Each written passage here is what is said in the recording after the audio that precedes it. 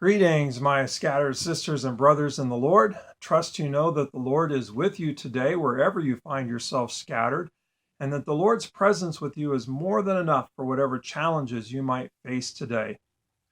Jesus said that in a little while you will see me no more, and then after a little while you will see me again. He is speaking to his disciples. We're in John chapter 16, and Jesus has been talking about how he's going to the Father to send the Spirit to the disciples. And the disciples are a little bit puzzled about what Jesus is saying, what he's trying to teach them.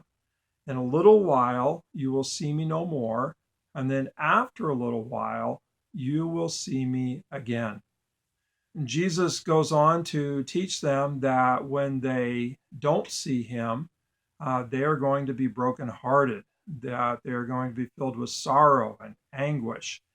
But then they will see him again and they will be filled with joy.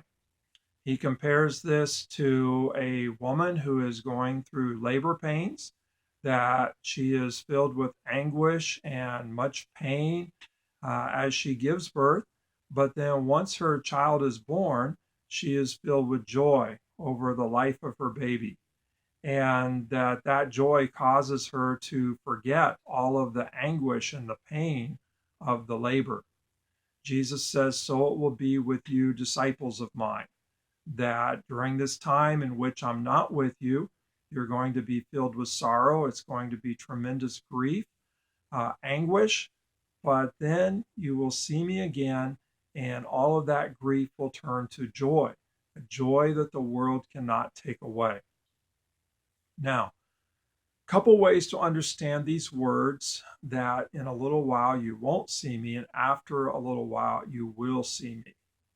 In their immediate context, Jesus is talking about his death and resurrection, that he's going to depart from them, he's going to the cross, they're going to be brokenhearted, but then resurrection is coming, he will return to them. That little while is basically 3 days, and you will see me again. So death and resurrection, crucifixion and resurrection of Jesus, that's the first dimension. Second dimension of these words is about Jesus' ascension and then his return, his coming again.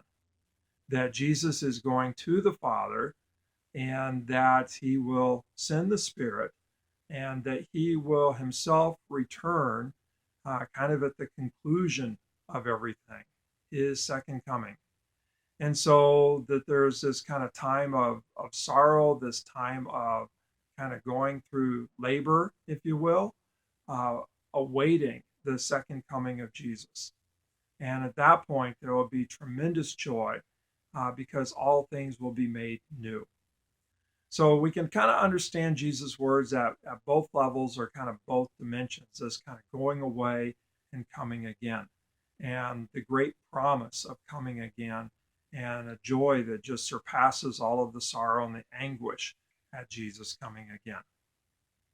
Next thing I want us to think on just a moment, and maybe this is most important, the joy.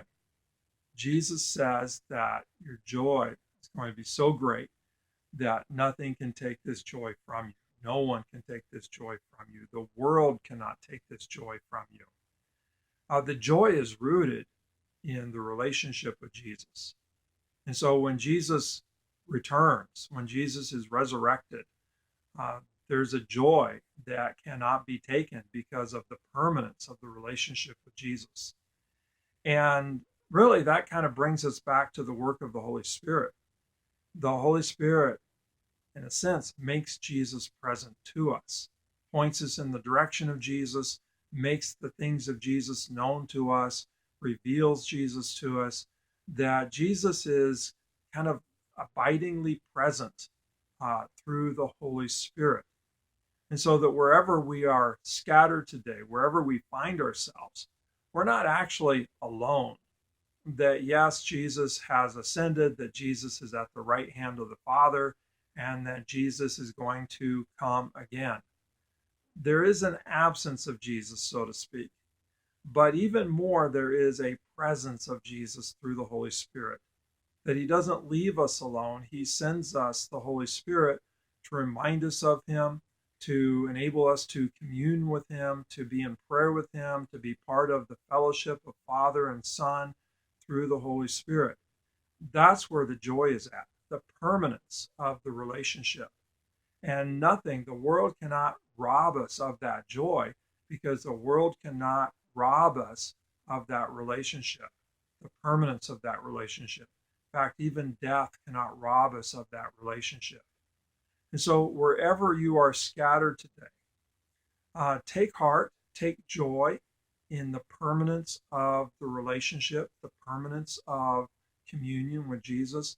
Nothing can rob us of that. And so we can go through life with joy, no matter what we might face, because of the permanence of our relationship with Jesus.